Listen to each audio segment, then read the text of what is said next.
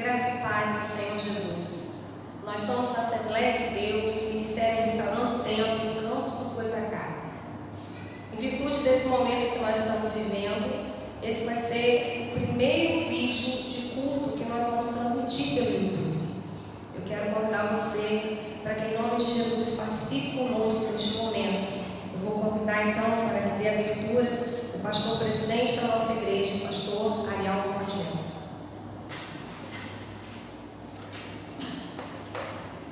A paz do Senhor, irmãos. Eu me chamo pastor Ariel Rangel Neto. A palavra de Deus diz, 2 Crônicas 7, verso 11: Assim, Salomão acabou a casa do Senhor e a casa do rei, e tudo quanto Salomão tentou fazer na casa do Senhor e na sua casa, prosperamente o efetuou. E o Senhor apareceu à noite a Salomão e disse: Ouvi a tua voz e escolhi para mim este lugar para a casa de sacrifício. Amém. Se eu cerrar os céus e não houver chuva, ou se ordenar os gafanhotos que consumam a terra, ou se enviar a peste entre meu povo, e se meu povo, que se chama pelo meu nome, se humilhar e orar e buscar a minha face e se converter dos seus maus caminhos, então eu ouvirei dos céus e perdoarei os seus pecados e sararei a sua terra. Amém. Glória a Deus. Agora estarão abertos meus olhos e atentos, meus ouvidos, à oração deste lugar. Amém. Amém, amados? Deus forte, Deus de glória, Aleluia. Deus que conhece todas as coisas, Deus que está aqui. Glória a Deus. Nós te louvamos, aleluia. Nós te glorificamos, porque tu és um Deus de geração em geração. Não importa, Senhor, os desertos que apareçam em nossas vidas. Nós estamos, Senhor, olhando para a rocha, firme na rocha, Senhor, porque entendemos, e nos diz a tua palavra, que nós somos peregrinos aqui na terra. Aqui não é a nossa residência. A nossa residência será nos céus, junto, aleluia, com teu Filho, o nosso Senhor Jesus Cristo. Deus de Abraão nos deu um culto alegre, nos deu um culto liberto, cheio da tua graça, Senhor, cheio da tua presença, Senhor. Que a tua glória, Senhor, venha resplandecer sobre as vidas que aqui se acham, em nome de Jesus. Amém. Pastor Isabel. Amém, queridos. Glória a Deus, né? O Senhor é um Deus maravilhoso, zeloso, cuidadoso. Eu queria convidar você para que juntos nós cantássemos o cântico que fala do cuidado de Deus, que fala que a presença do Senhor, o lugar em que nós podemos encontrar paz, descanso e alegria é na presença do Senhor. Aleluia. Somente em Ti nós encontramos a paz, somente em Ti nós encontramos, Senhor, a resposta para corações aflitos, muitas vezes desesperados, muitas vezes, Senhor, sem perspectiva. Agora, Deus, nós sabemos que a Tua palavra é viva, ela é eficaz. Nós sabemos que a Tua palavra, Senhor, ela penetra até a divisão da alma e o espírito. Por isso, agora eu quero clamar a Ti, ó Deus, que o Senhor, através do Teu Espírito Santo, aquele que o Senhor nos deixou de presente, que o Senhor possa, em nome de Jesus, trazer a revelação do coração do Pai para nós, através da Tua palavra. Que nós possamos encontrar neste momento, ó Deus, e não sair mais dele, o lugar de descanso na Tua presença, Senhor. E que o Senhor, através da Tua palavra, nos fale, nos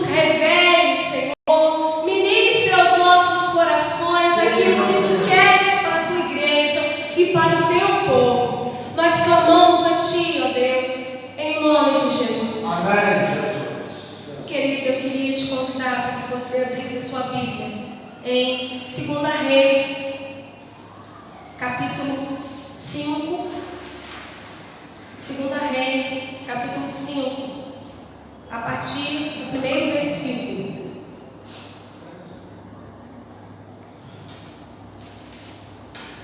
É uma passagem conhecida por alguns e o Senhor ministrou muito sobre ela no meu coração, enquanto eu pedi ao Senhor que Ele me desse uma palavra exatamente sobre aquilo que o Senhor queria que nós soubéssemos nesse tempo.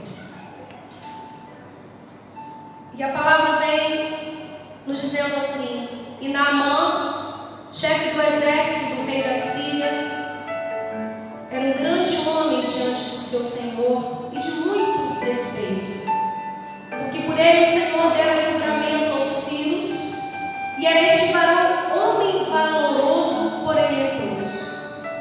E saíram tropas da Síria e da terra de Israel, levaram presa uma menina que ficou ao serviço da mulher de Naamã.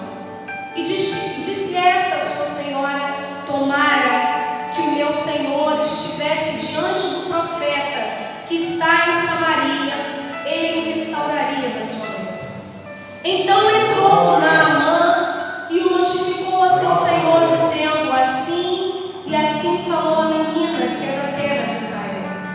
Então disse o rei da Síria: vai, anda, e enviarei uma carta ao rei de Israel. E foi, e tomou na sua mão 10 talentos de prata e 6.000 ciclos de ouro e 10 mudas de vestes. E levou a carta ao rei de Israel, dizendo: logo em chegando a ti esta carta, saibas que eu te enviei Naamã, meu servo, para que o restaures da sua lepra.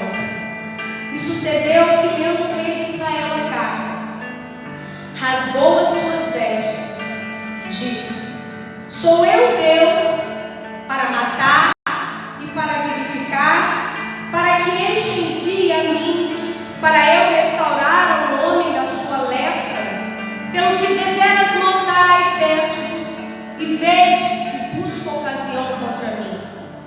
Sucedeu, porém, que ouvindo Eliseu, homem de Deus, que o rei de Israel rasgara as suas vestes, mandou dizer ao rei: por que rasgaste as suas vestes? Deixa ouvir a mim, e saberá que há profeta. Aleluia! Amém? Sabe, nós estamos vivendo esse tempo das incertezas. Eu posso dizer com toda clareza no meu coração que a lepra estava para aquele tempo, assim como o vírus que nós vivemos neste tempo, como esse problema que nós estamos vivendo neste tempo com esse vírus.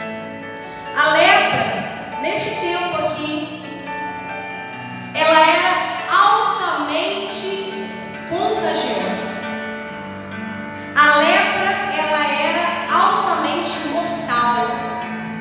A lepra, ela era o diagnóstico para quem a recebia de desespero. Se nós formos ver lá em Levítico, capítulo 13, versículo 1, a palavra nos diz que o sacerdote, ele era responsável por ver quem estava ou não com a lepra. E ele era responsável por deixar aquela pessoa ficar ou não ficar no meio do povo. Porque era assim: o que é lepra? Uma doença terrível, uma doença que dava na pele, altamente contagiosa, e nos seus estágios mais graves, ela levava uma pessoa à morte. Nós estamos falando de um tempo aqui, queridos, muitos e muitos mil anos atrás, em que o sacerdote tinha responsabilidade espiritual e também da integridade, sobre a integridade física do povo. Não é? O sacerdote ia lá, a pessoa era levada até ele e dizia: olha, sua pele está boa, você pode ficar no meio do povo, porque você não vai contaminar todo mundo. Ou então, ele dizia assim: olha, você vai ter que sair do arraial, Você vai ter que ficar em quarentena. O que acontecia com o leproso? Ele tinha que sair do seu convívio familiar. Ele não poderia ficar no meio da sua comunidade. E ele tinha que ser afastado de todo mundo. Então a lepra era uma doença altamente contagiosa. E Naamã diz aqui, em 2 Reis, capítulo 5, versículo 1, era um homem respeitado, valoroso, porém tinha né? Ele era um homem que tinha tudo, mas que tinha uma doença que ele teria que sair do convívio familiar. Toda a pompa de Naamã, tudo que ele tinha, não adiantava nada nesse momento, porque naquele momento ele era igual a todo homem que tinha a doença. Ele era igual a todo mundo. E a gente observa algumas posturas. Eu sei que de repente você já deve ter parado para ouvir essa passagem, ou ler essa passagem várias vezes. Nós estamos falando, queridos, da lepra num tempo em que não tinha álcool em gel.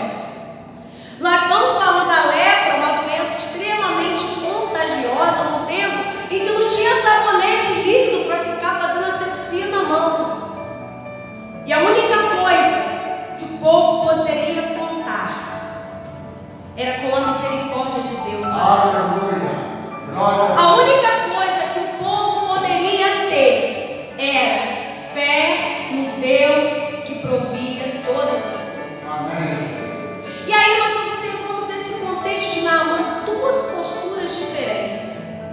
Nós observamos uma menininha que a Bíblia não fala nem o nome dela, só fala que era uma menina. E é muito interessante que essa menina, os sírios, eles haviam guerreado contra Israel algumas vezes, e eles sempre estavam pegando alguns do povo de Israel para serem seus cativos, para serem seus escravos, para trabalharem para eles. E quem é essa menininha? É uma menina que é de Israel, que está cativa. Ela era serva da mulher de Naamã, mas ela vai lá e no meio da desesperança de Naamã, ela oferece a esperança. Aleluia. Ela oferece a esperança no Deus que poderia resolver a situação. Oh, ao Shaddai. E aí ela fala: olha, minha senhora, será que se o meu Senhor não for lá em Israel? E ela está se referindo aí a um profeta de Deus chamado Eliseu. Será que se ele não for lá e conhecer o nome de Deus que mora lá, será que ele não vai ser curado? E aí eu imagino que naquele momento o coração de Naamã se encheu de esperança.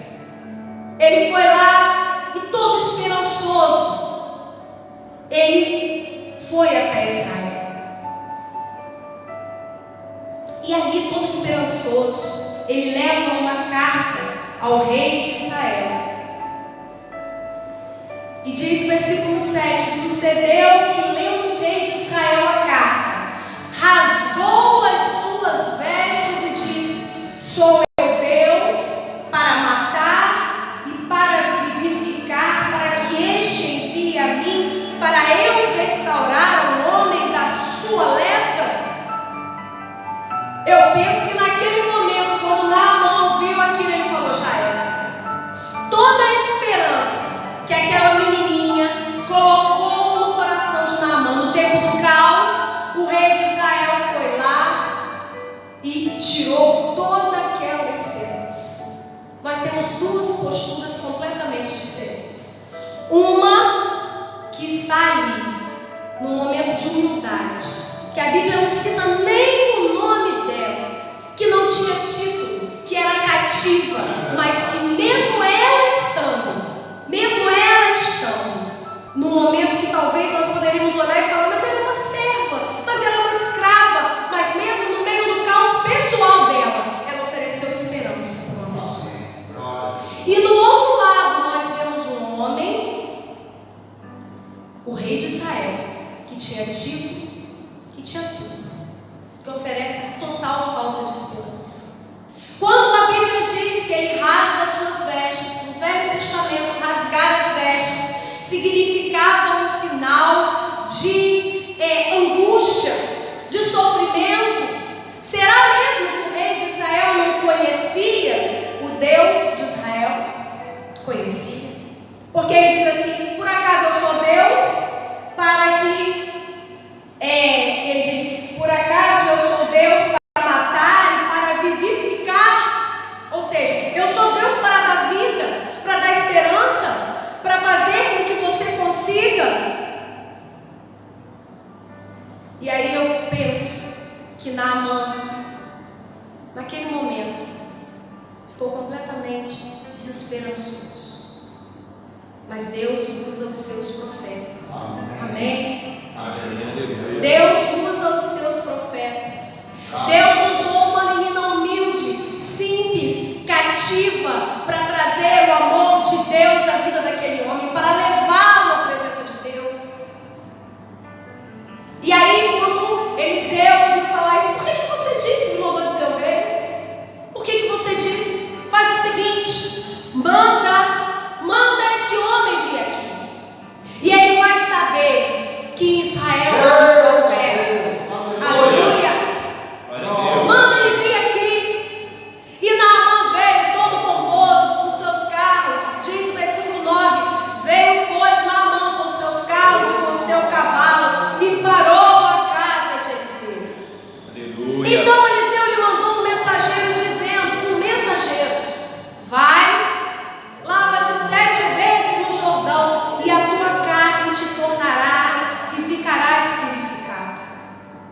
Porém Naamã muito se indignou e se foi dizendo: eis que eu dizia comigo, certamente ele sairá, pôr-se-á em pé, invocará o nome do Senhor seu Deus, e passará a sua mão sobre o lugar e restaurará o leproso. Não são, porventura, Abana e Farpar, rios de Damasco, melhores do que todas as águas de Israel? Não me poderia eu lavar neles e ficar purificado? Pensa só na culpa de Naamã. Espera aí um pouquinho. O que esse Eliseu está achando? Eu sou um homem valoroso. Eu sou um homem influente. Eu sou um homem que já venceu o exército de Israel várias vezes, comandando a Síria, o exército sírio. Eu sou esse homem. Mas acontece que na doença todo mundo é igual. É verdade. Na doença todo mundo é igual. Nesse momento não tem rico, não tem pobre, não tem título. Todo mundo é igual. E aí ele fala assim: mas espera um pouquinho. Naamã pensa: eu vou tomar banho no Rio Jordão? O Rio Jordão é um rio pequenininho, é um rio barrento, um rio sujo. Eu estou poderoso, vou tomar banho nesse rio? Lá nós temos Rio Abana, Farpar, são rios lá de Damasco, rios muito maiores. Porque eu não posso ir lá? Porque Deus tem seus planos, Deus tem seus métodos. Deus às vezes faz com que a gente perca para poder ganhar. Deus às vezes ele quebra todo o orgulho que nós temos para nos mostrar quem ele é. Aleluia.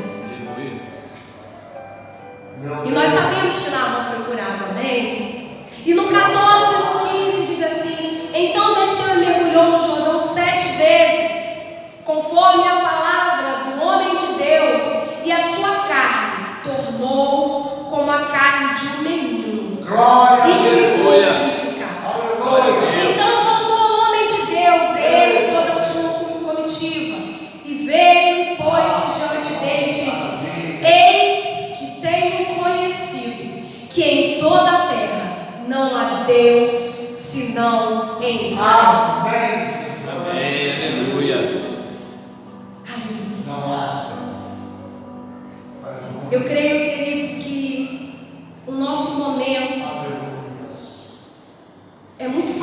fortalecido com esse momento. Eu creio que o momento que nós estamos vivendo é esse momento em que as pessoas têm medo de pegar uma doença em que não haja cura,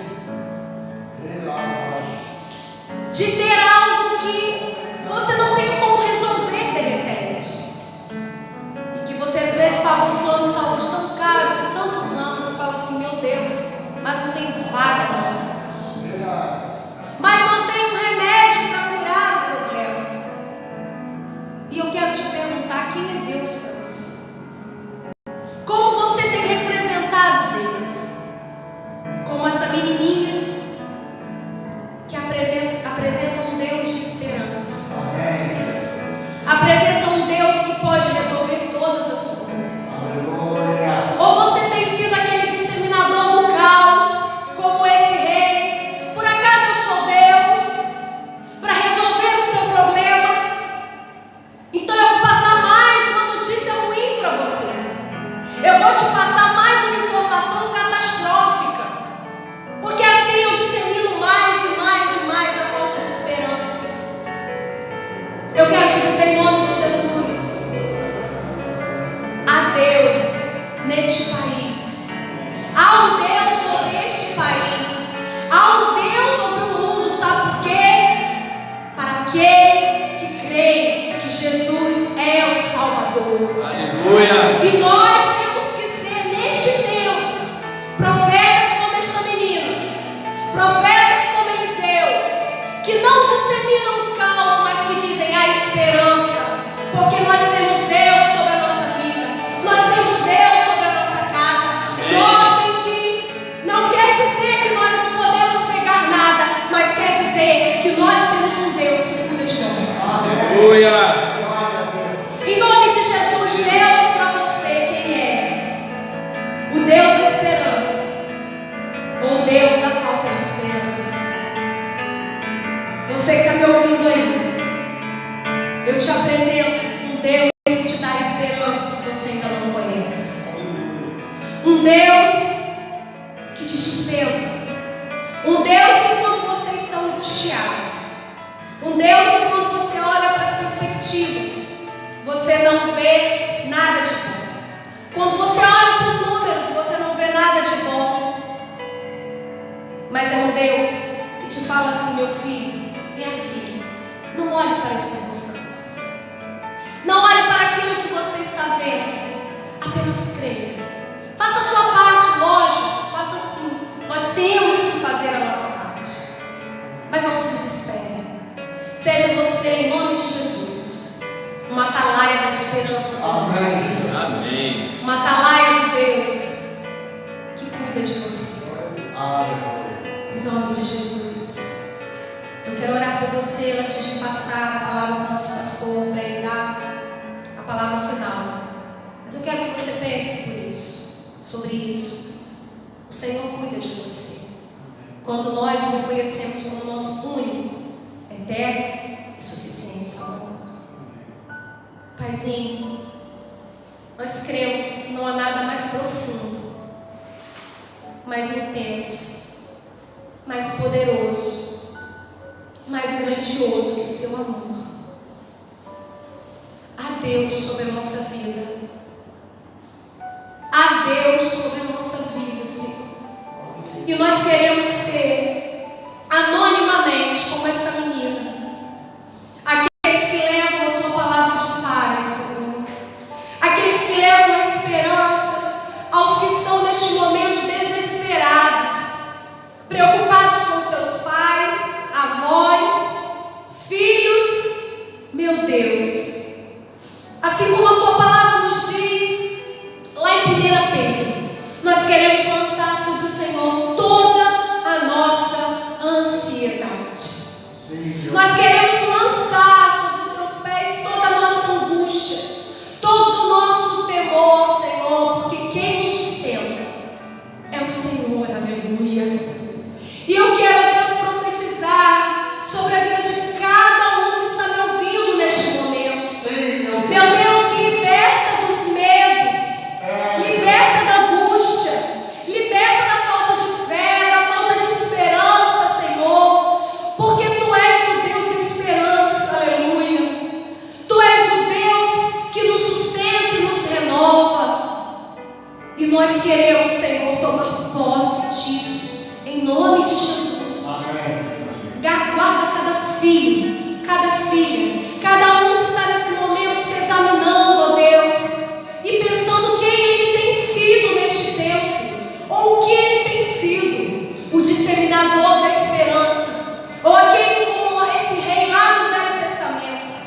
que rasgava suas vestes, sinal de sofrimento e angústia. Que em nome de Jesus, nós tomemos posse da paz que excede todo entendimento. E que essa paz transborde no nosso coração, de tal forma que nós possamos também transmitir a paz para cada um. Amém. Obrigada, Deus. Nós te louvamos, te glorificamos em nome de Jesus. Amém. Amém. Aleluia. Glória, glória, glórias a Deus. Graça e paz. Que a graça de Deus, que o amor do Filho e a consolação do Espírito Santo de Deus seja com todo o povo de Deus espalhado na face da terra até a volta de Jesus. Que todos digam Amém. Deus abençoe.